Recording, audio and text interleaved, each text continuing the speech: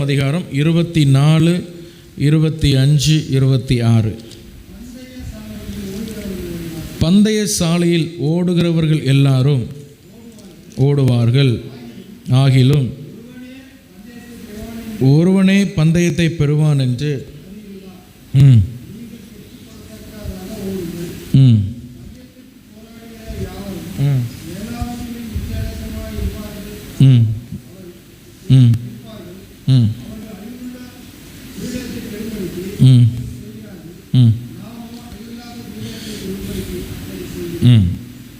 ஆதலால்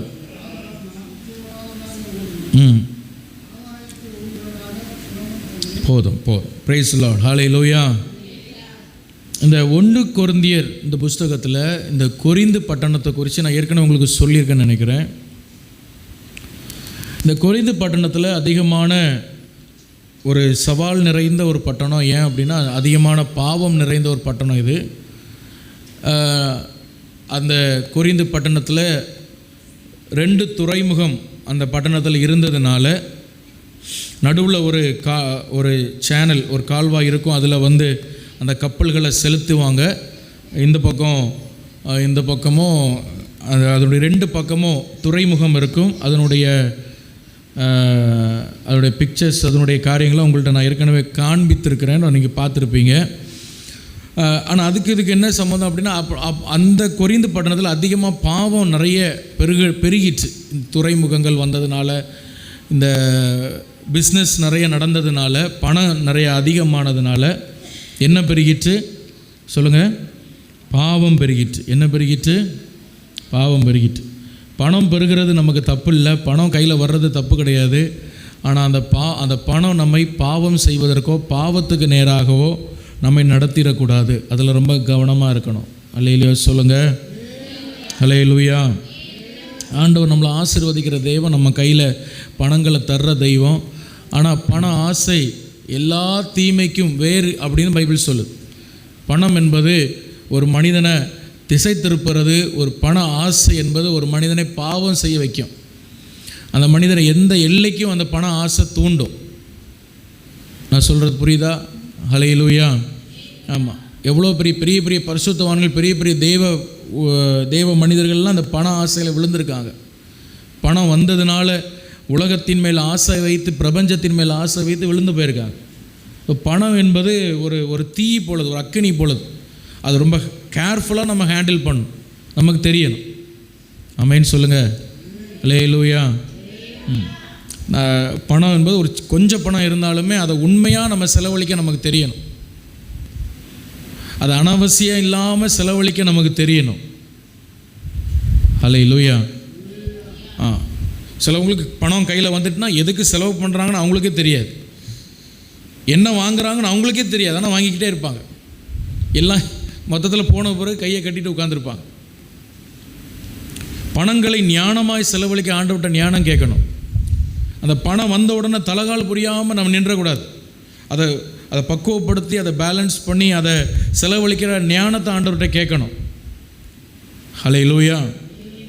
வாலிபர்கள் அதை இப்போ நீங்கள் வேலைக்கு போகிறீங்க, சம்பாதிக்கிறீங்கன்னா இப்போவே பிளான் பண்ணி அந்த பணங்களை நீங்கள் வந்து இவ்வளோ நான் வீட்டுக்கு கொடுப்பேன், இவ்வளோ செய்யணும் பிளான் பண்ணி அதை செலவழிக்க பழகணும். உங்கள் வீட்டில் பார்த்தீங்கன்னா சம்பளம் வாங்கி முதல் 10-20 நாள் கிறிஸ்மஸ் தான். கிறிஸ்மஸ்னா புரியுதா?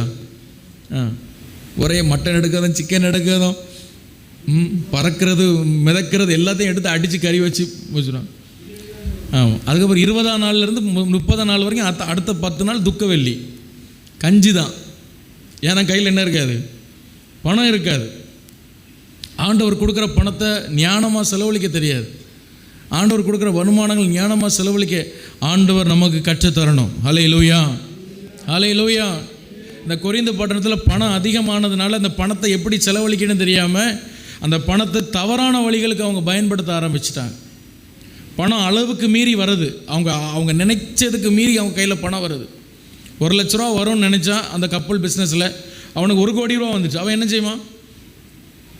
அவன் அந்த பணத்தை வச்சு அவன் வேறு ஏதாவது நன்மையான காரியத்தை செஞ்சுருக்கணும். அதை விட்டுட்டு அவன் பாவம் செய்ய ஆரம்பிச்சிட்டாங்க. அந்த கொரிந்து பட்டணத்தில் ஒரு விக்கிரக கோயிலை ஒன்று கட்டி அதில் 200 விபச்சாரிகளை அவங்க வைத்து அந்த 2000 விபச்சாரிகளை வைத்து விபச்சார வேசித்தனம் பாவங்களை செய்ததாக சரித்திரத்தில் நம்ம வாசிக்கிறோம். இன்றைக்கும் கூட அந்த கொரிந்து பட்டணம் இடிக்கப்பட்டுட்டு, ஆனால் அந்த கொரிந்து பட்டணத்தில் இடிக்கப்பட்ட அந்த கோயில்கள்லாம் இன்றைக்கும் இருக்குது. அன்னைக்கு அவங்க பாவத்துக்கு பயன்படுத்தின அந்த இடங்கள்.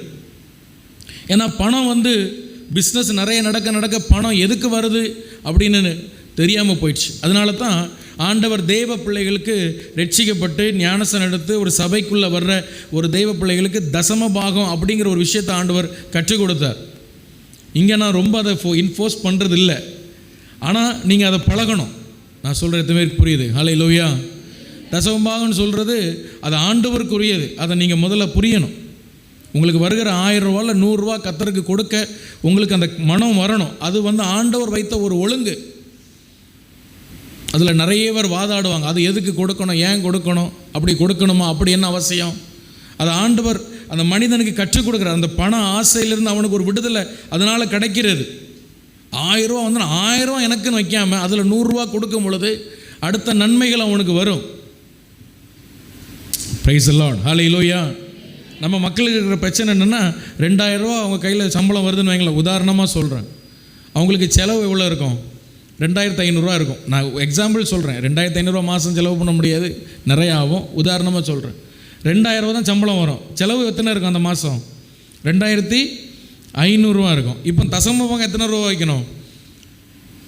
10ல் 1 எத்தனை வைக்கணும்? 2000 ரூபாவில் 200 ரூபா வைக்கணும். அப்போ இவங்க யோசிப்பாங்க, ஏற்கனவே நமக்கு செலவு 2500 ரூபா, நம்ம கையில் இருக்கிறது 2000 ரூபா, எப்படி இதில் 200 ரூபா கொண்டு நம்ம கொடுக்குறது சர்ச்சில்?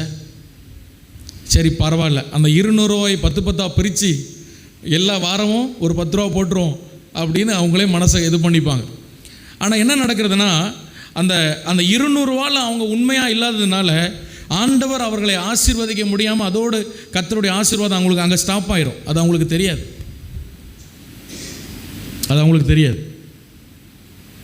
அப்போ அதுக்கப்புறம் என்ன பண்ணுவாங்கன்னா, யார்ட்டையா கடன் வாங்கி எடுத்து பிரட்டி எடுத்து அந்த 30 நாள் வரை ஓடும் வண்டி.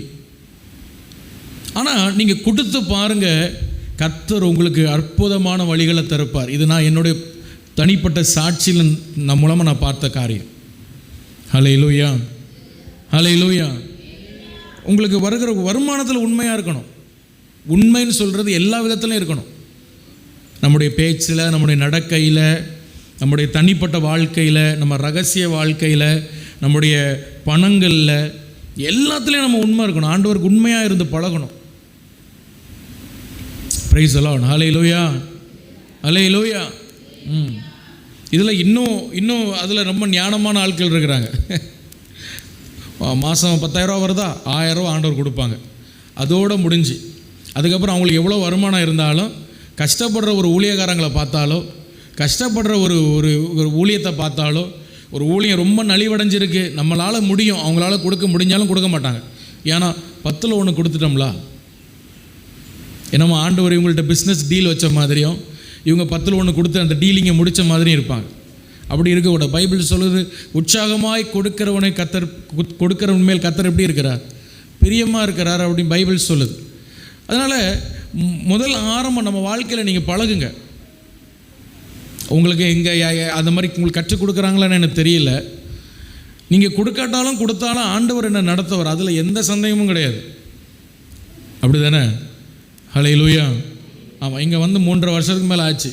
நான் என்னைக்காவது பிடிச்சி உங்கள்ட்ட தனிப்பட்ட முறையில் யார்ட்டையாவது கூப்பிட்டு நீ ஏன் தசமபாகம் கொடுக்கலான்னு கேட்டிருக்கேனா? சொல்லுங்கள், கை தூக்குங்க பார்ப்போம். கேட்டதே கிடையாது. ஏன்னா எனக்கு தெரியும், நீங்கள் தந்தாலும் தராட்டாலும் ஆண்டவர் என்ன நடத்துவார். ஆனால் உங்களுக்கு ஆசீர்வாதத்துக்காக நான் பேசுகிறேன்.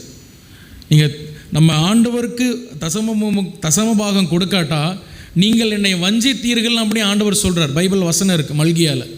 அதெல்லாம் எடுக்க நேரம் இல்லை, நான் அந்த டாப்பிக்கே வரல. ஆண்டவர் இந்த தசமபாகத்தை பற்றி பேச வைக்கிறார். நான் செய்தி 2-3 பக்கம் இருக்குது, முடிச்சுடுவேன் நேரத்துக்குள்ளே. சரியா? அப்போ நீங்கள் என்னை வஞ்சிக்கிறீங்கன்னு ஆண்டவர் சொல்கிறார். ஆண்டவரை வஞ்சிக்கிறோமா? அதனால் நீங்கள் ஒரு பொருத்தனை பண்ணுங்கள். ஆண்டவரை நீர் எனக்கு தருகிற இந்த வருமானத்தில் நான் இவ்வளோ கொடுப்பேன் அப்படின்னு நீங்கள் ஒரு பொருத்தனை பண்ணுங்கள். நீங்கள் எனக்கு தரல, நீங்கள் தந்தாலும் தராட்டாலும் ஆண்டவர் எனக்கு சாப்பாடு தருவார். அதில் ஒரு குறை வைக்க மாட்டார். ஆனால் உங்கள் நன்மைகள் தடைப்படும், உங்கள் பிள்ளைகளுடைய ஆசீர்வாதம் தடைப்படும். ஹல்லேலூயா, ஹல்லேலூயா. ஆமாம், நீங்கள் அதை செஞ்சு பாருங்கள், செஞ்சு பாருங்கள். எங்கள் குடும்பங்கள்லாம் நாங்கள் சின்ன வயசில் இருக்கும் பொழுது வருமானம் கிடையாது, எங்களுக்கு வேலை, எங்கள் அப்பாவுக்கு வேலை கிடையாது. எங்கள் அம்மாவுக்கு எங்கள் அம்மா ஒரு ஸ்கூலில் டீச்சராக இருந்தாங்க. மாதம் 2000 ரூபா தான் எங்கள் அம்மாவுக்கு சம்பளம்.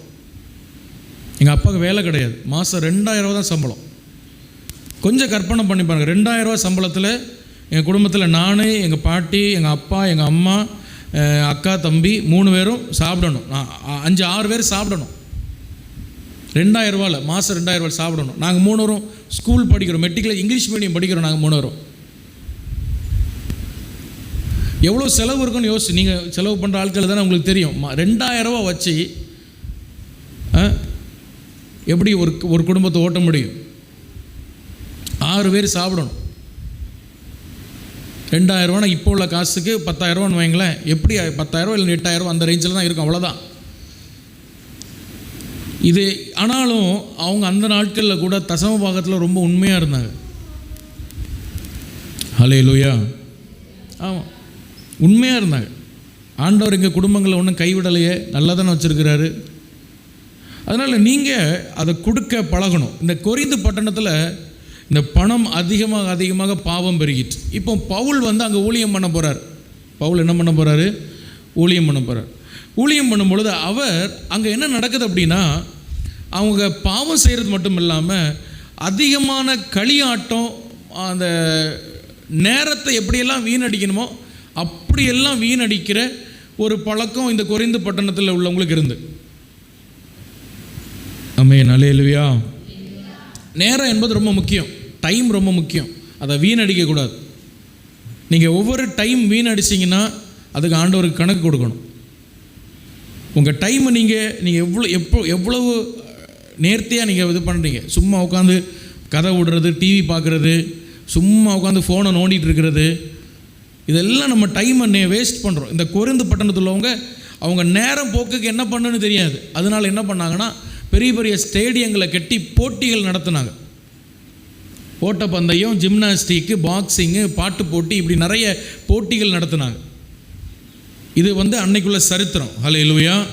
நான் சொல்கிறது மாரி புரியுது? ஹல்லேலூயா. இப்படி போட்டி நடத்தும் போது கடைசியில் அது என்ன ஆச்சுன்னா, அந்த போட்டிகளே உலக அளவில் பிரபலமாயிடுச்சு. இன்றைக்கி ஒலிம்பிக் மாதிரி அது உலக அளவில் பிரபலமாயிட்டு. உலகத்திலேருந்து பல தேசங்கள்லேருந்து அந்த போட்டிகளை பார்க்க வருவாங்க. இன்றைக்கி ஒலிம்பிக்கு அப்படி சொல்கிறது 4 வருஷத்துக்கு ஒருக்கா நடக்குதுன்னு நினைக்கிறேன், அப்படி தானே ஒலிம்பிக்கு. அந்த ஒலிம்பிக்கு இன்றைக்கி நடக்குது அப்படின்னா உலகம் முழுவதும் டெலிகாஸ்ட் பண்ணுறாங்க. ஹல்லேலூயா. ஒரு T20 கிரிக்கெட் அப்படின்னா அது உலகம் முழுவதும் டெலிகாஸ்ட் ஆகுது. அது உலகத்தில் ஏதோ ஒரு மூலையில் நடக்குது. ஒரு இந்தியா வேர்ல்டு கப்னா உலகம் முழுவதும் அதை பார்க்குறோம்.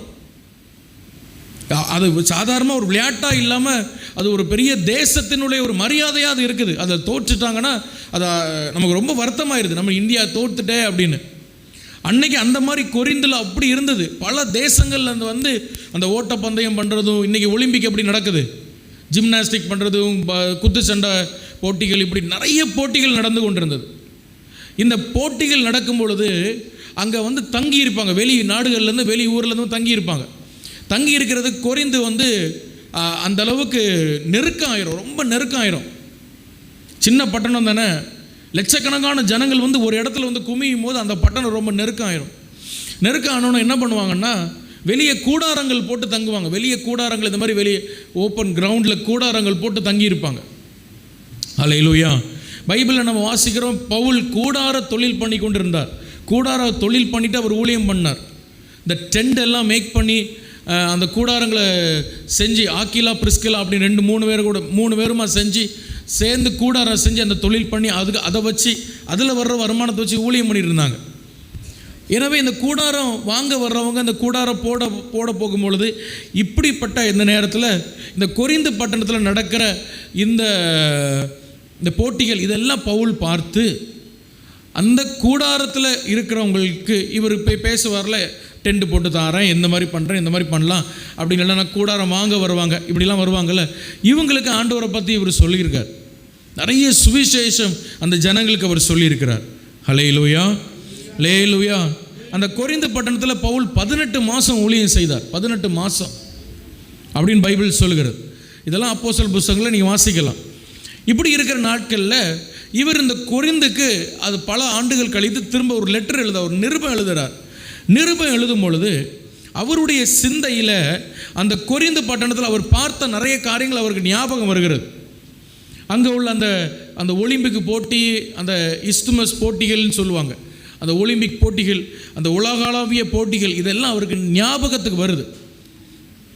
அதை ஏதோ ஒரு கம்பேர் பண்ணி எழுதுகிறார், ஏதோடு ஒப்பிட்டு அவர் எழுதுகிறாருன்னா, ஒரு தேவ பிள்ளையினுடைய ஆவிக்குரிய ஓட்டம், ஒரு ஆவிக்குரிய வாழ்க்கை, அதோடு கூட அவர் கம்பேர் பண்ணி ஒப்பிட்டு அவர் எழுதுகிறார். எல்லாம் அல்லேலூயா சொல்லுங்க, அல்லேலூயா.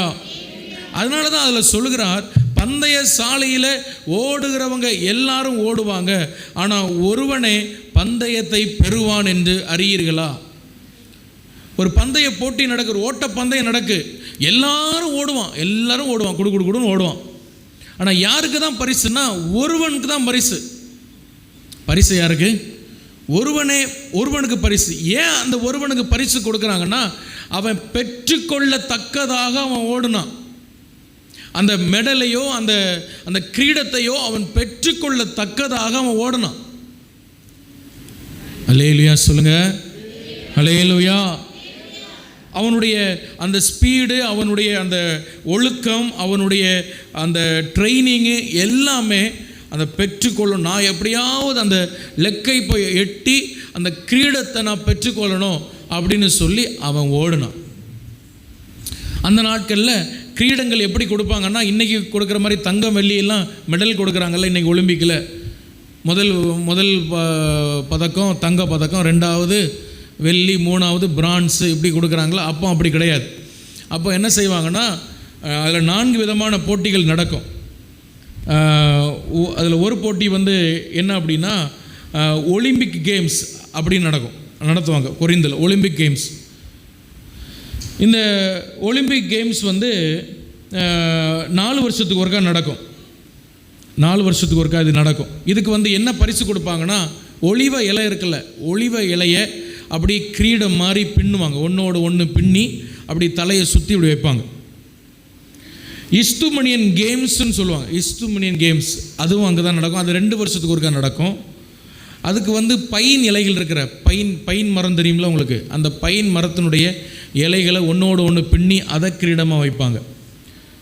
பித்தியன் கேம்ஸ்ன்னு அங்கே நடக்கும். அதுவும் 2 வருஷத்துக்கு ஒருக்கா நடக்கும். அதுக்குமே லாரல் அப்படின்னு சொல்கிற ஒரு விலை உயர்ந்த ஒரு மரத்தினுடைய இலைகளை சுற்றி அதை அப்படி தலையில் கிரீடமாக வைப்பாங்க. அப்புறம் நீமியன் கேம்ஸ்ன்னு ஒன்று நடக்கும். அதுக்கு காட்டு செடிகள் அதனுடைய அதை அப்படி பின்னி அதை தலையில் கிரீடமாக வைப்பாங்க. இப்படி 4 விதமான போட்டி 4 வருஷத்துக்கு ஒருக்கா, 2 வருஷத்துக்கு ஒருக்கா அங்கே கொரிந்தில் நடக்கும். அல்லேலூயா சொல்லுங்க, அல்லேலூயா. அதனால தான் அந்த 25வது வசனத்தில் பவுல் சொல்லுகிறார், அவங்க அழிவில்லாத கிரீடத்தை பெறுறதுக்காக அப்படி ஓடுறாங்க. அந்த இலைகள் வைக்கிறாங்க பாருங்க, அந்த மரத்துலேருந்து பறிச்ச உடனே அந்த இலைகள் வாட ஆரம்பிச்சிடும். அந்த பைன் மரமானாலும் சரி, அந்த ஒலிவ இலையானாலும் சரி, எல்லாமே அது மரத்துலேருந்து பறித்த உடனே வாட ஆரம்பிச்சிடும். இவனுக்கு தலையில் வச்சு ஒரு நாள் 2 நாளில் அது வாடிடும். அது ஒரு அழிவுள்ள கிரீடம், அது அழிஞ்சு போகிற ஒரு கிரீடம். அந்த அழிந்து போகிற அந்த கிரீடத்திற்கு அவன் அவ்வளவு பிரயாசம் எடுக்கிறான். எப்படியாவது நான் ஓடி ஜெயிக்கணும், எப்படியாவது நான் ஓடி அந்த பந்தய பொருளை நான் பெறணும், அந்த கிரீடத்தை பெறணும்னு, என் தேசத்துக்கு ஒரு பெரிய பேர் வாங்கி கொடுக்கணும்னு அவன் ஓடுறான். ஹல்லேலூயா. என்ன சொல்கிறாங்க அப்படின்னா, அந்த ட்ரைனிங் எடுக்கிறவங்க, அந்த அத்லெட்டிக் இருக்குல்ல, ட்ரைனிங் எடுக்கிறவங்க 6 மாதம் ட்ரைனிங் எடுப்பாங்களா. 6 மாதம். ஒரு 10 செகண்ட் ஓடுறதுக்காக 6 மாதம் அவன் ட்ரைனிங் எடுப்பான். அவனுடைய உணவில் ரொம்ப கட்டுப்பாடாக இருப்பாங்க. அவனை நடத்துகிற அவனுடைய கோச் அவன் உணவில் அவ்வளோ கட்டுப்பாடு உள்ளவனாக வைப்பான். அவன் விரும்புகிற எல்லாத்தையும் அவனை சாப்பிட விட மாட்டான். அல்லேலூயா, கொரிந்தில் என்னதான் விபச்சார வேசித்தன பாவங்கள் கூடி இருந்தாலும் இந்த 6 மாத ட்ரைனிங்கில், இந்த 10 மாத ட்ரைனிங்கில் அவனை வேற எந்த ஒரு பாவம் செய்வதற்கு இந்த கோச் விட மாட்டான். இவனை பார்த்துக்கிட்டே இருப்பான். இரவும் பகலும் இவன் ட்ரெயின் பண்ணும். விடிய காலையில் எழும்பி வந்து ஓடி ஓடி ஓடி ட்ரைனிங் எடுக்கணும். இதுதான் குடிக்கணும், இதுதான் சாப்பிடணும், இத்தனை மணிக்கு எழும்பணும், இப்படி இதுதான் ட்ரெஸ் பண்ணணும், நீ இங்கே போகக்கூடாது, அங்கே வரக்கூடாது. ஹல்லேலூயா, ஹல்லேலூயா. சரீரத்தை எப்படியெல்லாம் நீ பாதுகாக்கணும் அப்படியெல்லாம் பாதுகாத்து வச்சிருப்பான். அப்படி எல்லாம் வச்சு, அதனால தான் பவுல் சொன்னார், அந்த பந்தய சாலைகளை ஓடுகிற எல்லாரும் ஆமென் எல்லாவற்றிலும் இச்சை அடக்கத்தோடு இருக்கிறார்கள். ஆனால் இவ்வளவும் எதுக்கு செய்கிறாங்கன்னா, ஒரு அழிவுள்ள ஒரு கிரீடத்தை பெறுறதுக்கு, இந்த உலகத்தில் ஒரு பெயர் கிடைக்கிறதுக்கு. இன்றைக்கி அந்த பெயர் கிடைக்கும், அடுத்த 4 வருஷம் கழிச்சு அந்த பெயர் மாறிடும். ஆனாலும் ஒரு அற்பமான ஒரு நிலையற்ற ஒரு பெயர் கிடைக்கிறதுக்காக, நிலையற்ற ஒரு கிரீடத்திற்காக அவன் அவ்வளவு சிரமம் எடுக்கிறான். தன்னுடைய தூக்கத்தை தியாகம் பண்ணுறான், உணவை தியாகம் பண்ணுறான், தன்னுடைய எல்லா சந்தோஷங்களையும் அவன் தியாகம் பண்ணுகிறான். அல்லேலூயா. இப்போ அதே பவுல் கேட்குறாரு, இப்போ நீங்கள் ஆவிக்குரிய ஓட்டம் ஓடுறீங்க, உலகத்துக்காக ஓடுகிற ஒரு ஒலிம்பிக் போட்டியில் ஓடுகிற அவ்வளவு ஒழுக்கத்தையும் அவ்வளவு ட்ரைனிங் பண்ணுறானே, நீங்கள் கர்த்தருக்காக கர்த்தருடைய பாதையில் ஓடுறீங்களே, நீங்கள் என்ன ஒழுக்கம், என்ன பரிசுத்த ஜீவியம், என்ன பெற்றுக்கொள்ளத்தக்கதாக நீங்கள் ஓடுறீங்க அப்படின்னு ஒரு கேள்வி அவர் முன்னாக வைக்கிறார். இந்த கிறிஸ்துவ ஜீவியத்தில் நானும் பரலோகம் போக போகிறேன், நானும் ரட்சிக்கப்பட்டேன், நானும் சர்ச்சைக்கு போகிறேன், நானும் பைபிள் படிக்கிறேன், நானும் ஜெபம் பண்ணுறேன், நானும் பரலோகம் போயிடுவேன்னு சொல்கிறீங்களே, நீங்கள் என்ன பெற்றுக்கொள்ளத்தக்கதாக ஓடுறீங்க அப்படின்னு பவுல் கேட்குறார். என்ன ஒழுக்கம் உங்கள் வாழ்க்கையில் இருக்கிற ஆவிக்குரிய ஒழுக்கம் என்ன இருக்கிறது அப்படின்னு ஒரு பெரிய கேள்வி இந்த வசனம் நமக்கு முன்பாக வைக்கிறது. ஒரு சாதாரணமாக நிலையில்லாத ஒரு கிரீடத்தை பெறதுக்கு ஒரு 4 வருஷம் அவங்க பேர் நிற்கும். அதுக்கு அவன் அவ்வளோ கஷ்டப்படுறானே. நித்தியமாக அழிவில்லாத ஒரு கிரீடத்தை நம்ம பெறப்போகிறோமே. நம்முடைய ஆவிக்குரிய வாழ்க்கை எப்படி இருக்கிறது? நம்முடைய ஆவிக்குரிய ஓட்டம் எப்படி இருக்கிறது? நம்ம எப்படிப்பட்ட ஒரு ஆவிக்குரிய ஜீவியம் செய்கிறோம்? அல்லேலூயா சொல்லுங்க, ஹல்லேலூயா. அதனால தான் பவுல் சொன்னார், நீங்கள் பெற்றுக்கொள்ளத்தக்கதாக ஓடுங்க. அந்த ஒலிம்பிக் போட்டியில் முதல்ல ஓடுறவனு தான் பரிசு. கொரிந்தில் 2வது பரிசு 3வது பரிசுலாம் கிடையாது, ஃபஸ்ட்டு ப்ரைஸ் மட்டும்தான். அவனுக்கு மட்டும்தான் அந்த ஒளிவ இலையில செஞ்ச கிரீடத்தை வைப்பாங்க. ஆனால் இந்த ஆவிக்குரிய ஓட்டம் நம்ம ஓடுறோம் பாருங்கள், இந்த ஓட்டம் ஓடுகிறவர்களுக்கு இந்த ஓட்டத்தை நேர்த்தியாக, செவ்வையாக, சரியாக இந்த ஆவிக்குரிய வாழ்க்கையை ஓடி நம்ம முடிக்கிறோம் பாருங்கள். அப்படி முடிக்கும் பொழுது அது நமக்கு எல்லாருக்கும், ஜெயமாக முடித்த எல்லாருக்கும் ஒரு அழிவில்லாத ஒரு கிரீடத்தை ஆண்டவர் வச்சிருக்கிறார். அல்லேலூயா, அல்லேலூயா. யாருக்கெல்லாம் தூக்கம் வருதோ இல்லையா சொல்லுங்க. ரொம்ப தூக்கம் வருதோ, ரொம்ப கஷ்டமாக இருக்கா? ஒரு அரை மணி நேரம் முழிச்சிருக்க முடியாதா? பிரைஸ் தி லார்ட், ஹல்லேலூயா. இட்லியா? நைட் டியூட்டி போனீங்களா யாராவது? என்ன ஆச்சு? கவனிங்க, வசனத்தை கவனிங்க. பிசாசு நம்மளை கவனிக்க விட மாட்டான், சரிங்களா? அதனால் வசனத்தை கவனிங்க. தூங்காதீங்க. உங்களுக்கு தூக்கம் வர்றது மாதிரி இருந்தால் அந்த தூக்கம் வர்றதுக்கு மாதிரி உங்கள் சரீரம் எப்படியெல்லாம் கேட்குதோ அந்த பொசிஷனில் உட்காராதீங்க. அதை கொடுக்காதீங்க உங்கள் தூக்கத்துக்கு, உங்கள் சரீரத்தை தூக்கம் கொடுக்காதீங்க. வீட்டில் போய் நீங்கள் தூங்குங்க, உங்களை யாரும் ஒன்றும் சொல்ல மாட்டா. உங்கள் வீடு அது, இது ஆண்டவருக்கு வீடு, இங்கே தூங்கக்கூடாது. ஆமென் சொல்லுங்க, அல்லேலூயா. ஆமாம். அப்போ பந்தய சாலையில் போராடுகிற யாவரும் எப்படி இருப்பானா, அவன் இச்சை அடக்கத்தோடு இருப்பான், அவன் பெற்றுக்கொள்ளத்தக்கதாக ஓடுவான். அப்போ இந்த ஆவிக்குரிய வாழ்க்கையில் நம்ம பெற்றுக்கொள்ளத்தக்கதாக ஓடணும். அல்லேலூயா. பெற்றுக்கொள்ளத்தக்கதாக நம்ம ஓடணும். இப்போ கவனிங்க, நீங்கள் எல்லாரும் ஆவிக்குரிய ஓட்டம் ஓடுறீங்க, சரியா? நல்லா புரியுதா? ஆவிக்குரிய ஓட்டம் ஓடுறோன்னா ஆவிக்குரிய வாழ்க்கை வாழ்கிறோம். இந்த வாழ்க்கை வாழ்கிறோம், நம்ம இந்த ஓட்டம் நம்ம ஓடும் பொழுது ஒரு குறிப்பிட்ட வயது வரும் பொழுது நம்முடைய வாழ்க்கையில் நம்ம ஆத்மா நம்ம சரீரத்தை விட்டு வெளியே வருது, இல்லைன்னா உயிர் பிரியுது, எப்படியோ நம்ம அண்டர்ஸ்டாண்டிங்கில் சொல்லுங்கள். சரி, ஒருவன் ரட்சிக்கப்பட்டு அபிஷேகம் பட்டு ஞானஸ்தானம் எடுத்து சபையில் வந்து கர்த்தரை ஆராதித்த பிறகு அவனுக்கு நித்திய ராஜ்யம் கிடைக்குமா கிடைக்காதா? அந்த நித்திய ராஜ்யத்தை அவன் இழந்து போக வாய்ப்பு உண்டா? நான் கேட்குற கேள்வி புரியுதா? ரட்சிக்கப்பட்டாங்க, ஞானஸ்தானம் எடுத்துட்டாங்க, அபிஷேகம் பெற்றாங்க, ஆண்டவரை ஆராதிக்கிறாங்கங்க. ஆனாலும் நித்திய பரலோகத்தையும் நித்திய ஜீவன் அதை வந்து இழப்பதற்கு வாய்ப்பு இருக்கா அப்படின்னா பைபிளின் படி இழப்பதற்கு வாய்ப்பு இருக்குது. பைபிள் அப்படி நிறைய பேர் இழந்திருக்காங்க. அதான் நேற்று நம்ம படித்தவங்க, நேற்று நாள் தான் சொல்லிக் கொடுத்தோம். இஸ்ரவேல் ஜனங்களுடைய வாழ்க்கை ரட்சிக்கப்பட்டு திருவிருந்து எடுத்து எல்லாம் செஞ்சாங்க. ஆனாலும் அந்த 1 கொரிந்தியர் 10 நம்ம அதை வாசிக்கிறோம்ல, ஞானஸ்தானம் எடுத்தாங்க, ஞான போஜனத்தை சாப்பிட்டாங்க, ஞான தண்ணீரை குடித்தாங்க. ஆனாலும் நித்திய ஜீவன் இழந்து போனாங்க. அவ்வளோதான். அவங்க யாருக்கும் பரலோகம் கிடைக்கல. ஆண்டவர் அவங்க தேவையெல்லாம் சந்தித்தார். அவங்களுக்கு ஒரு சாப்பாடுக்கெல்லாம் ஒரு குறைவு கிடையாது, எல்லாமே அவங்களுக்கு இருந்தது. அப்போது நம்ம ஏமாற்றிடக்கூடாது, நம்ம ஏமாந்து போயிடக்கூடாது. நானும் சர்ச்சுக்கு போகிறேன், நானும் பாட்டு பாடுவேன், நானும் காணியை கொடுப்பேன், ஆண்டவர் என்னக்கும் பரலோகம் தந்துடுவாருன்னு. நம்ம பெற்றுக்கொள்ளத்தக்கதாக நம்ம ஓடணும். முதல் வார்த்தை அதுதான் அதில் போட்டிருக்கு, நம்ம பெற்றுக்கொள்ளத்தக்கதாக ஓடணும். அல்லேலூயா, அல்லேலூயா. இன்றைக்கி இயேசுவுடைய வருகை இருந்தால் எனக்கு அந்த நித்திய கிரீடம் கிடைக்குமான்னு நம்ம கொஞ்சம் யோசிக்கணும். பெற்றுக்கொள்ளத்தக்கதாக நம்ம வாழ்க்கை வாழ்கிறோமா? வாழ்க்கையில் உயிர் பிரிஞ்சவங்க எல்லாரும் ஓட்டத்தை முடித்தவங்க கிடையாது. ஓட்டத்தை முடிக்கிறது வேறு, உயிர் பிரிகிறது வேறு, ரெண்டும் வேறு. நிறைய பேர் சொல்லுவாங்க, அவர் உயிர் பிரிஞ்சோன்னு அவர் ஓட்டம் முடிச்சிட்டார். ஓட்டம் முடிக்கலை, ஓட்டத்தை முடிக்காமலே உயிர் போயிடுச்சு. ஓட்டம் முடிக்கிறது என்பது தேவ சித்தம் செஞ்சு கரெக்டாக பெற்றுக்கொள்ளத்தக்கதாக அந்த அந்த அந்த கிரீடத்தை பெற்றுக்கொள்ளத்தக்கதாக அந்த நித்தியத்தை பெற்றுக்கொள்ளத்தக்கதாக ஓடுகிறது. ஸோ 3 காரியம். 1, பெற்றுக்கொள்ளத்தக்கதாக ஓடுங்க. 25 வசனத்தில் இச்சையடக்கமாய் இருப்பார்கள். 3வது நிச்சயம் இல்லாதவனாக ஓடேன் அப்படின்னு சொல்கிறார். அல்லேலூயா, அல்லேலூயா. அப்போ முதல்ல இச்சையடக்கம் உள்ளவர்களாய் ஓட வேண்டும். 2வது பெற்றுக்கொள்ளத்தக்க ஓடணும். 3வது நிச்சயத்தோடு ஓடணும்.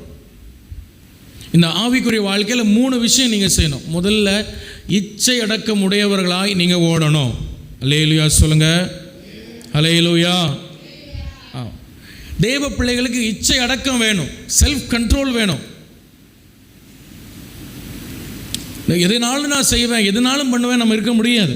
இந்த பைபிள் நமக்கு இப்படி தான் வாழணும்னு நமக்கு ஒரு முறை கற்றுக் கொடுத்துருக்கு. ஒரு செல்ஃப் கண்ட்ரோல் இல்லாமல், ஒரு இச்சை அடக்கம் இல்லாமல் இந்த ஆவிக்குரிய ஜீவியத்தில் நீங்கள் வாழ முடியாது. வாழ்ந்து உங்களுக்கு கிரீடம் கிடைக்கவும் செய்யாது. பிரைஸ் தி லார்ட், ஹல்லேலூயா. ஒரு எல்லாத்துக்கும் ஒரு முறை இருக்குது, எல்லாத்துக்கும் ஒரு ஒழுங்கு இருக்குது. அந்த ஒழுங்கின்படி நீங்கள் வாழணும். முதல்ல இச்சை அடக்கம் உடையவர்களாக நம்ம வாழணும். இச்சை அடக்கம் இருக்கா? பணத்தில், பொருளில், பேச்சில், சிந்தையில், ஜீவியத்தில் இச்சை அடக்கம் உடையவர்களாக நம்ம இருக்கிறோமா? யோசிச்சு பாருங்க. ஹல்லேலூயா, ஹல்லேலூயா. ஸோ நம்ம பெற்றுக்கொள்ளத்தக்கதாக ஓடணும்னா நம்ம என்ன செய்யணும், நம்ம என்ன பண்ணணும் அப்படின்னு ஒரு 3 காரியம் உங்களுக்கு நான் சொல்லிவிட்டு, எப்படி இந்த ஆவிக்குரிய வாழ்க்கையை நம்ம வெற்றியாக ஓடுறது, எப்படி ஜெயமாக ஓடுறது, இந்த ஆவிக்குரிய ஓட்ட பந்தயத்தில் நம்ம எப்படி ஜெயமாக ஓடி முடித்து அந்த கிரீடத்தை பெறுறதுன்னு ஒரு 3 காரியம் உங்களுக்கு நான் சொல்லி உங்களை நான் ஜெபம் பண்ணி அனுப்ப போகிறேன். சரியா? சரி, முதல் காரியம் தாவீதுடைய வாழ்க்கையில் நம்ம பார்க்குறோம். அவன் என்ன செய்தார் அப்படின்னு சொல்லி நம்ம பார்க்க போகிறோம். சரியா? சரி, இப்போது நான் சொன்ன இந்த பந்தய சாலையில் இவங்க ஓடுறாங்கன்னு சொன்னேன்ல, இந்த பந்தய சாலையில் இவங்க ஓடும் பொழுது இவங்க என்ன பண்ணுவாங்கன்னா, அந்த பந்தயத்தை இல்லைன்னா அந்த ஒலிம்பிக் போட்டியை இல்லைன்னா அந்த இஸ்துமஸ் போட்டியை எதுக்கு நடத்துவாங்கன்னா, சில தெய்வங்களை முன்பாக வைத்து சில தெய்வங்களுக்காக, இந்த உலகத்தில் அவங்க சில விக்கிரகங்களுக்காக அந்த ஓட்ட போட்டி, அந்த ஓட்ட பந்தயத்தை நடத்துவாங்க. ஒலிம்பிக்கு நியமின் கேம்ஸை வந்து ஜெஸ் அப்படிங்கிற ஒரு கடவுளை மகிமைப்படுத்துகிறதுக்காக அந்த ஜெஸ் கடவுளுக்கு பலி செலுத்தி அதுக்கு ஆராதனை செய்து அதுக்கப்புறம் அந்த அந்த ஒலிம்பிக் போட்டியை அவங்க ஆரம்பித்து நடத்துவாங்க. அல்லேலூயா. இப்போ நம்முடைய ஒலிம்பிக் போட்டியெல்லாம் எப்படி ஆரம்பிக்கிறாங்க? யாருக்காவது தெரியுமா? நமக்கு எங்கே தெரியும்? இந்தியா சரி, கிரிக்கெட் எப்படி ஆரம்பிக்கிறாங்க? கிரிக்கெட் ஆரம்பிக்க முன்னாடி என்ன செய்வாங்க? இந்தியா தேசம் ஆரம்பிக்குதுன்னு என்ன பண்ணுவாங்க? ஒரு நேஷ்னல் ஆந்தம் பாடுவாங்க, ஒரு தேச பாடல் பாடுவோம், அப்படி தானே? ஆமாம். அந்த மாதிரி அன்னைக்கு என்ன செய்வாங்கன்னா, இந்த ஜெஸ் கடவுளுக்கு பலி செலுத்தி அதுக்கு ஆராதனை பண்ணிட்டு தான் இவங்க போட்டியை ஆரம்பிப்பான். அந்த இஸ்துமஸ் கேமும் அதே மாதிரி தான். பொசிடியோன் அப்படிங்கிற ஒரு விக்கிரகத்துக்கு பலி செலுத்தி அவன் ஆரம்பிப்பான். பைத்தியன் கேம்ஸும் அப்படி தான். அது அப்போலோ அப்படிங்கிற ஒரு தெய்வத்துக்கு பலி செலுத்துவான். இப்படி தெய்வங்களுக்கு பலி செலுத்தி அந்த போட்டிகளை நடத்துவாங்க. அல்லேலூயா. ஆனால் இந்த ஆவிக்குரிய வாழ்க்கையின் ஓட்டத்தை நம்ம எதற்காக ஓடணும் அப்படின்னா, நமக்கு ஒரு தெய்வம் இருக்கிறார், நமக்கு ஒரு ராஜா இருக்கிறார், நமக்கு ஒரு இயேசு இருக்கிறார், நமக்கு ஒரு தகப்பன் இருக்கிறார். அவரை மகிமைப்படுத்தியே இந்த ஆவிக்குரிய வாழ்க்கையை நம்ம ஓட வேண்டும். அல்லேலூயா சொல்லுங்க. அல்லேலூயா. சொல்கிறது மாதிரி புரியுது. அவரை மகிமைப்படுத்தணும், அவருக்கு மகிமையாக நான் வாழணுங்கிற ஒரு எண்ணம் இருந்தாலே இந்த ஆவிக்குரிய வாழ்க்கையில் நம்ம ஜெயம் பெற ஆரம்பிச்சிட்டோன்னு அர்த்தம். என் வாழ்க்கையின் மூலமாக ஆண்டவர் மகிமைப்படணும், எப்படியாவது கர்த்தருக்கு மகிமையாக நான் வாழணும். அதனால தான் யோவான் சொன்னார், நான் சிறுகவும் அவர் பெருகவும் வேணும். என்னை பார்க்குறவங்க இயேசுவை என்னில் பார்க்கணும், இயேசுவை என்னை மகிமைப்படுத்தணும். அப்படி ஒரு வாழ்க்கை நான் வாழணும், அவரை மகிமைப்படுத்தி ஒரு வாழ்க்கை வாழணும் அப்படிங்கிற ஒரு ஆசை, ஒரு விருப்பம் இந்த இடத்துல இந்த செய்தியை கேட்குற எல்லாருக்கும் வரட்டும் அப்படின்னு நான் ஜெபிக்கிறேன். நான் சொல்கிறது எத்தனை பேருக்கு புரியுது? அல்லேலூயா. உங்கள் வாழ்க்கை நீங்கள் எதுக்காக வாழ்கிறீங்க? ஒரு வீடு கட்டுறீங்க, எதுக்காக கட்டுறோம்? ஒரு இடம் வாங்குகிறோம், எதுக்காக வாங்குகிறோம்? ஒரு கார் வாங்குகிறோம், எதுக்காக வாங்குகிறோம்? ஒரு பைக் வாங்குகிறோம், எதுக்காக வாங்குகிறோம்? ஒரு படிப்பு படிக்கிறோம், பட்டம் வாங்குகிறோம், எதுக்காக வாங்குகிறோம்? எதுக்காக செய்கிறோம்? எல்லாம் நம்முடைய மனதில் இருக்கணும். மற்றவங்க எப்படியும் சொல்லிட்டு போட்டு நம்முடைய மனதில் இருக்கணும், இது எல்லாம் நான் கர்த்தருக்கு மகிமையாக தான் நான் இதெல்லாம் செய்ய போகிறேன். அல்லேலூயா. இந்த கார் எப்படி வாங்கினீங்க பிரதர்? அது நான் சம்பாதிச்சு நான் அப்படி பண்ணி இப்படி பண்ணி, இந்த கார் எப்படிப்பட்ட கார் தெரியுமா? ஆமாம், இது ரிவர்ஸ்லேயும் போகும், ஃப்ரண்ட்லேயும் போகும். எல்லா காரும் ரிவர்ஸ்லேயும் போகும், ஃப்ரண்ட்லேயும் போகும். அப்பா, சில ஆட்களுக்கு பெருமை பேச ஆரம்பிச்சுட்டா தங்களை பற்றி பேசி பேசி பேசி உங்களுக்கு ஆசையே தீராது. நான் அப்படியாக்கும், நான் வானத்தை வில்லா வளைச்சேன், மேகத்தை மலையா சுருட்டினேன், நான் பூமியை உருட்டி எடுத்தேன், எதையாவது பேசிக்கிட்டே இருப்பாங்க. மனுஷனுடைய வாழ்க்கை பூமியின் புல்லுக்கு ஒப்பா இருக்கிறது. ஆண்டவர் ஓங்கி ஒரு மூச்சு விட்டா நம்ம ஜீவன் நின்றோம். ஆனால் அதெல்லாம் நமக்கு புரியாது. ஆனால் அவங்க பேசுவாங்க பெருமை பெருமை பெருமை பெருமை பெருமை. ஆனால் இந்த ஆவிக்குரிய வாழ்க்கையில் நீங்கள் ஜெயம் எடுக்கணும்னா முதல் ஸ்டெப் என்ன தெரியுமா? என் வாழ்க்கை நான் கர்த்தருக்கு மகிமையான வாழணும் அப்படிங்கிற ஒரு ஆசை, உங்களுக்கு விருப்பம் உங்களுக்குள்ளே இருக்கணும். அல்லேலூயா சொல்லுங்க. அல்லேலூயா. அல்லேலூயா. ஆண்டவர் உங்களுக்கு ஒரு வீடை தந்தா எப்பொழுதும் யாரை பார்த்தாலும் எப்பவும் உங்கள் இருதயத்துக்குள்ளேயும் அந்த எண்ணம் இருக்கணும், அந்த வீடு எனக்கு ஆண்டவர் தந்தது, இந்த இந்த இந்த அந்த இடம் எனக்கு ஆண்டவர் தந்தது, இது கர்த்தர் தந்தது, கர்த்தருக்காக தான். இதில் நான் இந்த ஆசீர்வாதத்தை கர்த்தருக்காக நான் எப்படி பயன்படுத்த முடியும்? இந்த வாகனம் எனக்கு கர்த்தர் தந்தது, இதை வச்சு நான் ஆண்டவருக்கு பிரியமாக என்ன செய்ய முடியும்? இப்படி யோசிக்கணும், இப்படி வாழணும். நம்மை ஒரு நாள் பெருமைப்படுத்தி காண்பதற்கு, நம்மை ஒரு நாள் அப்படியே பெரிய ஆளாக காண்பிக்கிறதுக்கு ஒரு நாளும் நம்ம வாழ்க்கையில் தேவ பிள்ளைகளுக்கு அந்த எண்ணமே இருக்கக்கூடாது. அது ஒரு மோசமான ஒரு பொல்லாத ஆவியினுடைய எண்ணம் அது. ஹல்லேலூயா. ஹல்லேலூயா. சர்ச்சுக்கெல்லாம் ரொம்ப அழகாக தான் வராங்க. ஆனால் சில கல்யாண வீடுகளுக்கு போனதை பார்த்தா ரொம்ப சங்கடமாக இருக்குது சிலவங்க. இது நம்ம எங்கேயோ பார்த்த மாதிரி இருக்கேன்னு நம்ம யோசிக்கிறதுக்கு ஆளே மாறிடுவாங்க. சொல்றது நம்மை பெருமைப்படுத்தி நம்மளை பெரிய ஆளாக காட்டிகிட்டு இருக்கக்கூடாது எங்கேயும் போனாலும். ஹல்லேலூயா. நான் சொல்கிறது புரியுதா? நான் ஆண்டவருக்கு பிள்ளை அப்படிங்கிற ஒரு எண்ணத்தோடு, ஒரு சாட்சியோடு நம்ம வாழ நம்ம முயற்சி பண்ணோம். அதுக்கு நம்ம ஆசைப்படணும். என்னை பார்த்து, என்னோட ட்ரெஸ்ஸை பார்த்து, எனக்கு நகை நட்டை பார்த்து எல்லோரும் மூக்கு மேலே விரல் வைக்கிட்டு அப்படி நம்ம ஆசைப்படவே கூடாது. என்னுடைய சாட்சியின் வாழ்க்கையை பார்த்து அவங்க கர்த்தரை மகிமைப்படுத்தணும், இயேசு ஜீவிக்கிறார்னு அவங்க சொல்லணும். அப்படி நம்ம ஆசைப்படணும். ஹல்லேலூயா. அதனால தான் கர்த்தர் சொன்னார், பரிசுத்த ஆவி உங்களிடத்தில் வரும்பொழுது நீங்கள் பலன் அடைந்து எனக்கு சாட்சியாக இருப்போம். உங்களை பார்க்குறவங்க இயேசுங்கிற ஒருத்தர் உயிரோடு இருக்கிறாரையா, இயேசுங்கிற ஒருத்தர் இருக்கிறாரையா, எப்படி அந்த அந்த ஆளை மாற்றிருக்கார் பாரு, எப்படி அவங்க வாழ்கிறாங்க பாருங்கள், எவ்வளோ அன்பாக இருக்கிறாங்க, எவ்வளோ பொறுமையாக இருக்கிறாங்க, எப்படி இயேசுவை போல் அவங்க இருக்கிறாங்க பாருங்கள், எனக்கு சாட்சியாக இருப்பீங்க அப்படின்னு தான் இயேசு சொன்னார். அப்போ இந்த ஆவிக்குரிய வாழ்க்கையில் இந்த ஓட்டம் ஓடுறோம் பாருங்கள், இதில் நமக்கு இருக்க வேண்டிய ஒரு பெரிய எண்ணம், என் மூலமாக இயேசு எப்படியாவது மகிமைப்படணும். ஹல்லேலூயா. அதுக்கான வாய்ப்பை பார்த்துக்கிட்டே இருக்கணும். யாராவது உங்கள்கிட்ட ஏதாவது கேட்டாலும் இயேசுவை மகிமைப்படுத்துகிற மாதிரியே பேசிடணும். எப்படி இருக்கீங்க? ஆண்டவர் கிருபையில் நல்ல ஆண்டவர்களை வச்சுருக்கிறார். ஆண்டவர் வந்தனால தான் ஆரம்பித்து விட்டுறணும். ஹல்லேலூயா.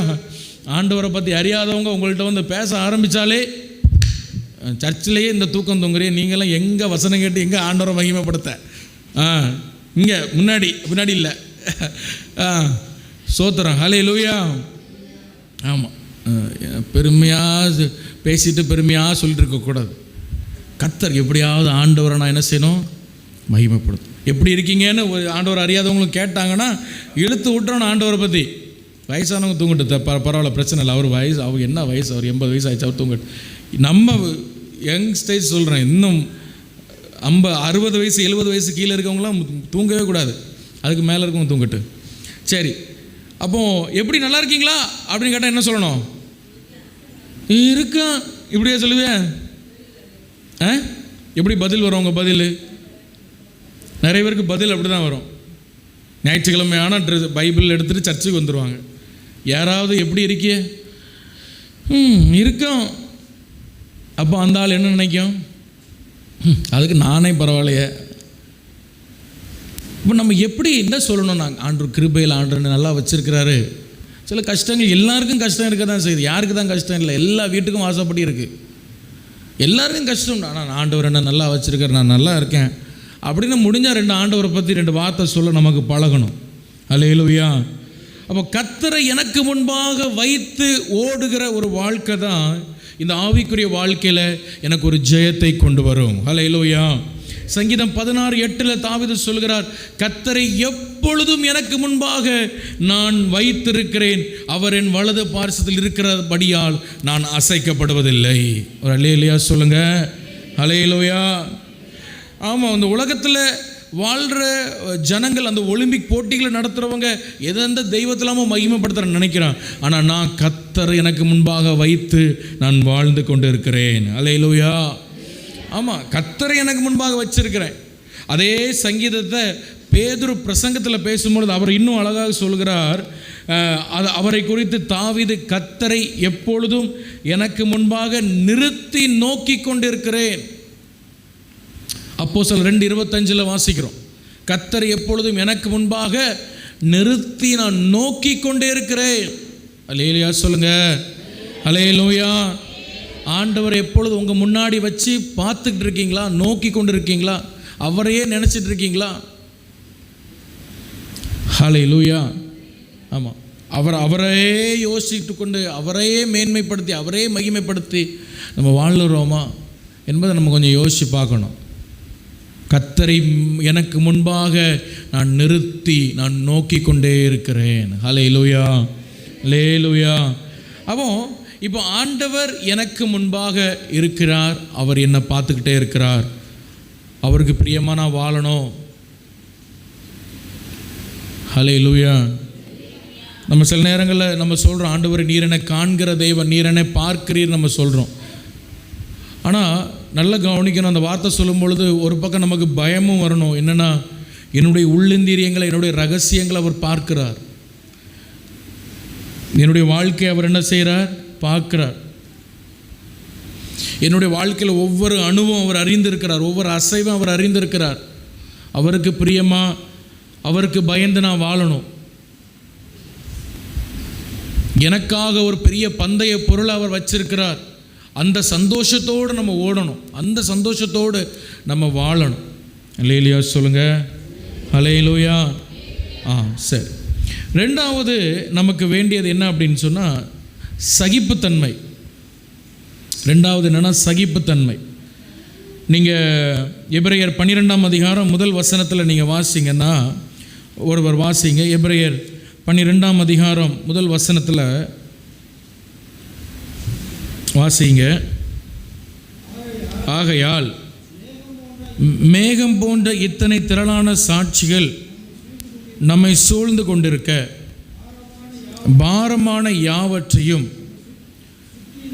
நம்மை சுற்றி நெருங்கி நிற்கிற பாவத்தையும் தள்ளிவிட்டு விசுவாசத்தை துவக்கிறவரும் முடிக்கிறவருமாகிய இயேசுவை நோக்கி நமக்கு நியமித்திருக்கிற ஓட்டத்தில் பொறுமையாய் ஓடுங்க. அவசரப்பட்டு ஓடக்கூடாதான். ஒலிம்பிக்கில் ஓடுறோம், அவசரப்பட்டு ஓடுவோம். ஆனால் நம்ம எப்படி ஓடணுமா? இந்த ஆவிக்குரிய ஓட்டத்தில் பொறுமையாய் ஓடணும். அதுக்கு ரொம்ப சகிப்புத்தன்மை வேணும். சகிப்புத்தன்மை இருக்கா தேவ பிள்ளைகளுக்குள்ள? இன்றைக்கி ரெண்டாவது ஆவிக்குரிய வாழ்க்கையில், ஆவிக்குரிய ஜீவியத்தில், அந்த ஆவிக்குரிய ஓட்டத்தில் நம்ம ஏன் ஒழுங்காக பெற்றுக்கொள்ளத்தக்கதாக ஓட முடியலன்னா சகிப்புத்தன்மை இல்லை, பொறுமை இல்லை, சகிக்க முடியலை. சில விஷயங்களை நம்ம ஆட்களுக்கு சில விஷயங்கள் என்ன பண்ண முடியலை, சகிக்க முடியலை. பைபிள் சொல்கிறது சோதனையை சகிக்கிற மனுஷன் பாக்கியவான். பைபிள் சொல்லுது. சகிக்கிறீங்களா? உங்களுக்கு வருகிற பாடுகள் பிரச்சனைகளை சகிக்கிற தன்மை இருக்கா? ஹல்லேலூயா. தீமோத்தேயு என்கிற ஒரு வாலிபனை குறித்து நம்ம பைபிளில் படிக்கிறோம்.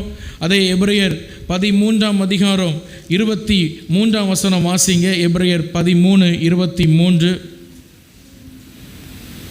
சகோதரனாகிய தீமோத்தேயு விடுதலையாக்கப்பட்டான் என்று அறிவீர்களாக.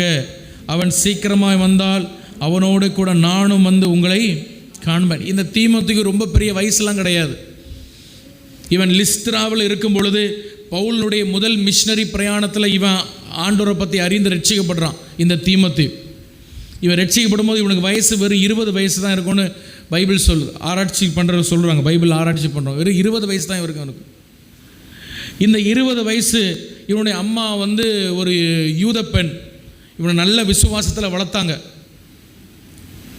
இவன் வந்து சின்ன வயதிலேயே நல்ல ஆண்டவருக்காக ஊழியத்துக்கு வந்தான். இவன் பவுல் வந்து பிலிப்பு பட்டணம் போக சொல்வார். திடீர்னு தெசலோனிக்க பட்டணம் போக சொல்வார்.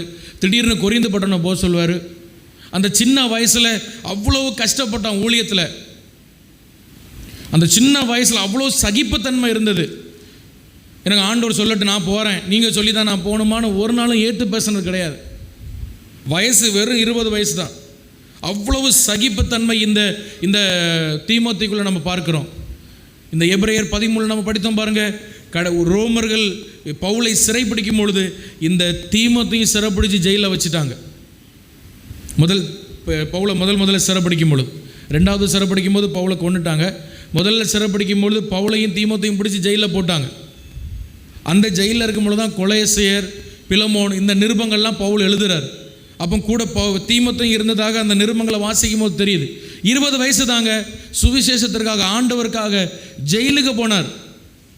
ஒரு இடத்துல கூட ஆண்டவரை முறுமுறுத்ததோ, ஒரு இடத்துல கூட ஆண்டவரை பழித்து பேசினதோ, ஏன்னா எதுக்கு பவுல் இங்கெல்லாம் கூட்டிகிட்டு வர்றாருன்னு பவுலை ஏற்று பேசினதோ, அதனுடைய ஆவிக்குரிய தகப்பனை மதிப்பு இல்லாமல் நடத்தினதோ ஒரு இடத்துலையும் அவர் செஞ்சது கிடையாது.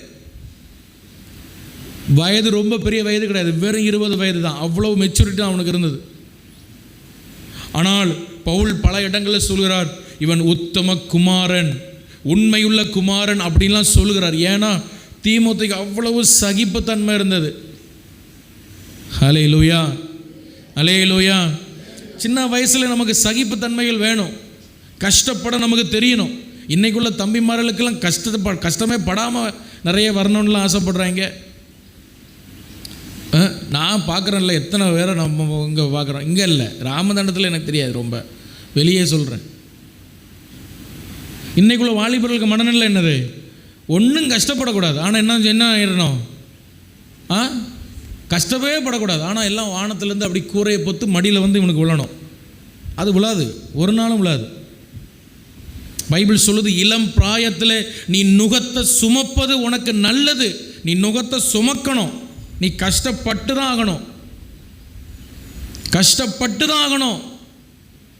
இது கர்த்தர் வச்சது. அதை பட்டா அப்போ தான் வாழ்க்கையில் ஒழுக்கம் வரும், அப்போ தான் வாழ்க்கையில் மெச்சூரிட்டி வரும். இன்றைக்கி பெற்றோர்களும் ரொம்ப மோசம். பையன் கேட்ட உடனே என்னதையாவது வாங்கி கொடுக்குறது. அன்றைக்கி ஒரு பையனை கேட்குறான், அவங்க அப்பாட்ட இனோவா கார் கேட்கானா. இனோவா காரு 40 லட்ச ரூபா காரு. வயசு 20 வயசு ஆகலை. அப்பா கஷ்டப்படுறாரு. அப்பா நிற்க முடியாத அளவுக்கு அவருக்கு கஷ்டம் இருக்குது சரீரத்தில். ஆனால் அந்த கஷ்டம் ஒன்று கூட இவனுக்கு தெரியாது. பெற்றோர்களும் அப்படி தான் வளர்க்குறாங்க பிள்ளைகளை. கஷ்டம் தெரியாமல் நான் பட்ட கஷ்டத்தை அவங்க படக்கூடாதுன்னு நினைக்கிறாங்களே என்னன்னு தெரியல. பெற்றோர்கள் பாவம். அதான் இவனுங்களுக்கு திமிரு கூடியிருது. அப்படி யாரையும் மதிக்கிறது இல்லை. யாருக்கும் ஒரு கஷ்டம், பண கஷ்டம் தெரியறதில்ல. எனக்கு அது வேணும், எனக்கு பைக்கு வேணும், எனக்கு காரு வேணும், அது வேணும், அது தாங்க, இத்தனை லட்ச ரூபா வேணும், எனக்கு பேங்கில் இருந்து எடுத்தாங்க, அங்கே அது எடுத்தாங்க. சகிப்பு தன்மைகள் நமக்கு வேணும். இந்த வாலிப வயசுலையும் சின்ன வயசுலையும் எந்த ஆவிக்குரிய வாழ்க்கையில் சகிப்பு தன்மை நமக்கு வேணும். கஷ்டப்பட நமக்கு தெரிஞ்சிருக்கணும். நான் சொல்கிறேன், எத்தனை பேருக்கு புரியுது? அல்லேலூயா. கஷ்டப்பட தெரியணும், கஷ்டப்படணும். இந்த ஏன் நான் பேசுகிறேன்னா, இது லைவில் போகும், இது யூடியூப்பில் நான் போடுவேன். அப்போ நிறைய இன்னும் வாலிபர்கள் கேட்பாங்க. அதுக்காக தான் நான் பேசுகிறேன். இங்கே மட்டும் நீங்கள் நினைக்கக்கூடாது. கஷ்டப்பட நமக்கு என்ன செஞ்சுருக்கணும்? இங்கே இருக்க வாலிபர்களும் கேளுங்க, உங்களுக்கு கஷ்டப்பட தெரியும். நீ கஷ்டப்பட்டு எனக்கு ஒரு காரியம் வேணும்னு நீ இப்போவே நினைக்கணும்.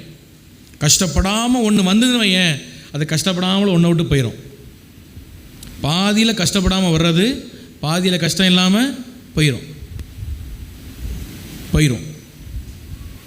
ரொம்ப கவனமாக உங்கள் ஆவிக்குரிய வாழ்க்கை, உன்னுடைய ஜீவியத்தை நீ வாழ ஆரம்பிக்கணும். இளம் பிராயத்தில் நீ நுகத்தை சுமந்து கொள். ஆண்டவர் உன் மேலே நுகத்தை வைக்கிறாரா, உன்னை கஷ்டப்படுத்துகிறாரா, சந்தோஷமாக அதை ஏற்றுக்கொள், சந்தோஷமாக அதை ஏற்றுக்க. ஹல்லேலூயா. கண் முழிக்க ட்ரை பண்ணும், பழகு. ஒரு நாளைக்கு 5 மணி நேரம் மேலே தூங்கண்ணா. வாலிப பசங்க அதுக்கு மேலே தூங்க வேண்டவே வேண்டாம். இங்கே சொல்ல லைவ்லையும் பார்க்குறேன், நான் சொல்கிறேன். நான் பண்ணதான் நான் சொல்கிறேன். சின்ன வயசில் 5 மணி நேரத்துக்கு மேலே நீ தூங்காத. அதுக்கு அந்த தூக்கம் உனக்கு போதும். ஹல்லேலூயா. நாங்களும் வாலிப வாழ்க்கையில் நீங்கள் என்ன கஷ்டப்பட்டீங்கன்னு கேட்பாங்க. இப்போ நான் ஊழியத்துக்கு வரும்பொழுது கர்த்தர், நான் என்னுடைய வாழ்க்கையை நான் ஜீரோவிலேருந்து நான் ஆரம்பித்தேன். ஊழியத்துக்கு வரும்பொழுது என்னுடைய தாய் தகப்பன்கிட்ட கேட்டால் கிடைக்கும், என்னுடைய சொந்தங்கள்கிட்ட கேட்டால் கிடைக்கும், யார்கிட்ட என் மனைவியுடைய சொந்தங்கள்கிட்ட கேட்டால் தருவாங்க. யாரும் தராமல் கிடையாது, எல்லாருக்கும் இருக்குது, எல்லோரும் தருவாங்க. ஆனால் ஒருத்தர்ட்டையும் கேட்கக்கூடாதுன்னு என் வாழ்க்கையை ஜீரோவிலேருந்து நான் ஆரம்பித்தேன். ஜீரோவிலேருந்து தான் தெரியுங்களா, ஒரு ஸ்பூன் முதல் கொண்டு நான் வாங்கி என் வாழ்க்கையை ஆரம்பித்தோம். நாங்கள் ஒன்றும் அதனது டௌரியாவை ஒன்றும் வாங்கலை. ஆண்டவர் பார்க்குறார், ஒரு பைசா டௌரியாக நான் வாங்கலை. ஒரு ஜீரோவிலேருந்து நான் ஆரம்பித்தேன். ஏன்னா எனக்கு தெரியும், நான் கஷ்டப்பட்டால் தான் ஆண்டவரை நான் ஆசீர்வதிப்பார். கஷ்டப்பட தெரியணும். Praise the Lord. ஹல்லேலூயா. என்ன ரொம்ப பெருசாக பேசலாம், ஆனால் நான் சொல்கிறேன், கஷ்டப்பட தெரியணும். நம்ம வாழ்க்கையில் சகிப்புத்தன்மை வேணும். இன்றைக்கி நிறைய ஆவிக்குரிய வாழ்க்கையில் 10 வருஷம் சர்ச்சைக்கு போகிறான்னு சொல்கிறாங்க. ஒருத்தர் ஒரு வார்த்தை சொன்னால் அவங்களால சகிக்க முடியல. ஆனால் சர்ச்சில் நல்லா ஆவியில் நிரம்பி ஜெபம் பண்ணுவாங்க, எல்லாம் பண்ணுவாங்க. ஏதாவது ஒன்று சொன்னால் பொறுத்துக்கோங்க, சகித்துக்கொள்ளுங்க. பரவாயில்ல, நம்மளை தானே சொன்னாங்க, பரவாயில்ல. இந்த தீமோத்தி சகிப்புத்தன்மையுடையவனாக இருந்தான், பொறுமையாக இருந்தான். Praise the Lord. ஹல்லேலூயா. முடிவு என்ன நடந்தது தெரியுமா? அவன் ஒரு பெரிய தேவ மனுஷனாய் மாறினான். ஹல்லேலூயா. ஹல்லேலூயா சொல்லுங்க. அவன் ஒரு தேவ மனுஷனாக மாறினான். அவனை வளர்த்த பவுலே ஆவிக்குரிய தகப்பனை இவனை பார்த்து, ஓ தீமோத்தேயுவே, தேவனுடைய மனுஷனே அப்படின்னு கூப்பிடுறாரு.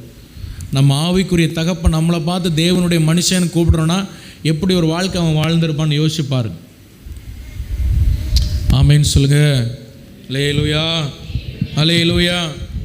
உங்களுக்கு எல்லாருக்கும் சொல்கிறேன், பெரியவங்களுக்கும் சொல்கிறேன், சின்ன பிள்ளைகள் எல்லாருக்கும் சொல்கிறேன்.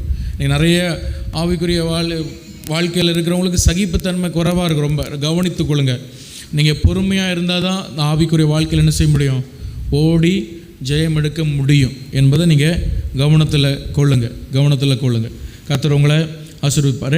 3வது கடைசியாக இந்த தீமோத்தேயுக்குள்ளே இருந்த ஒரு பெரிய இந்த ஜெயம் எடுக்கிற என்ன தெரியுமா? 2 கொரிந்தியர் 2 தீமோத்தேயு 1ஆம் அதிகாரம் 3ஆம் வசனம் வாசிங்க.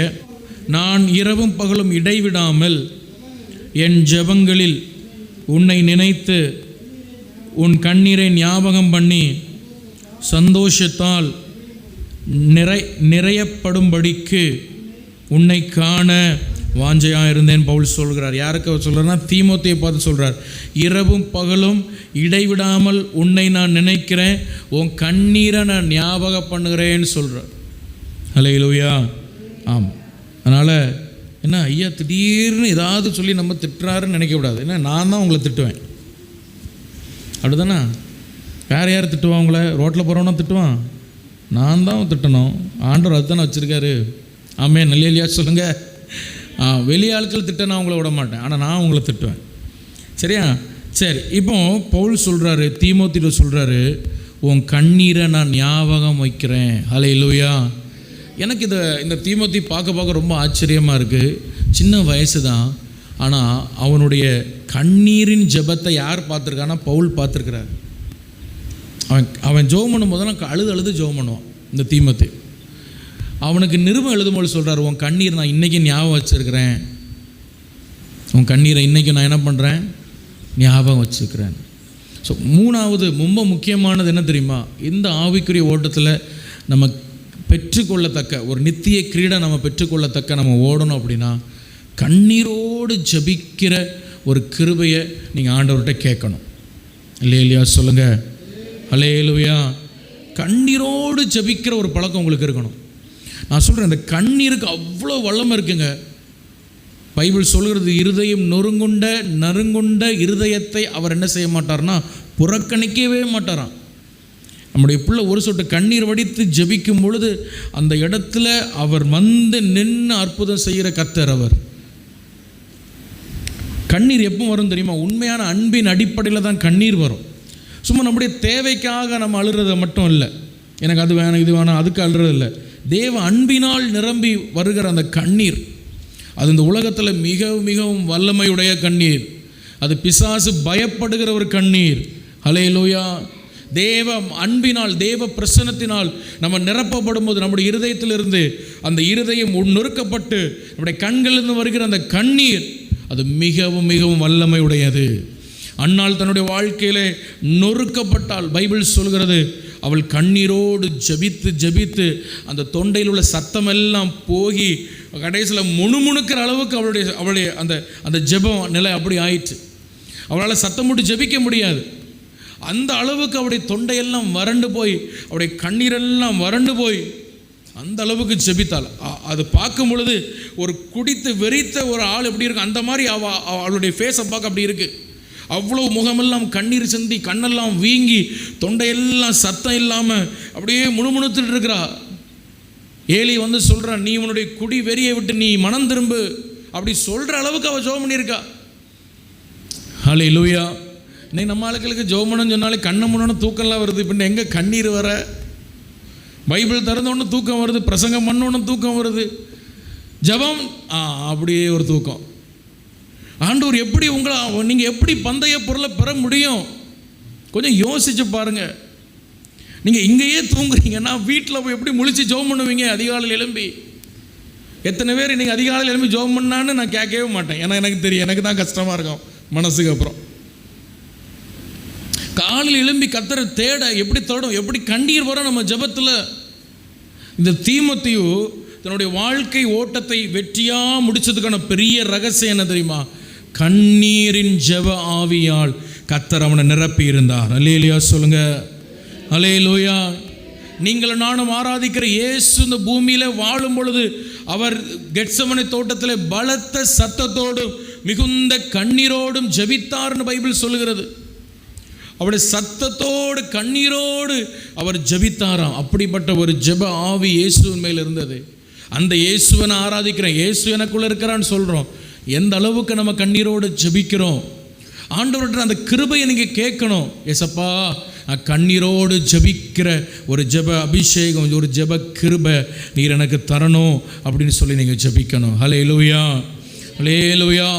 ஸோ ஆவிக்குரிய வாழ்க்கையில் 3 விஷயம் நீங்கள் ஓடி ஜெயிக்கணும்னா, 1 கர்த்தரை உங்கள் முன்பாக வைக்கணும், 2வது பொறுமை, ஒரு சகிப்புத்தன்மை வேணும், 3வது கண்ணீரோடு ஜெபிக்கிற ஒரு ஜெப கிருபை வேணும். அந்த 3 காரியங்களை நம்ம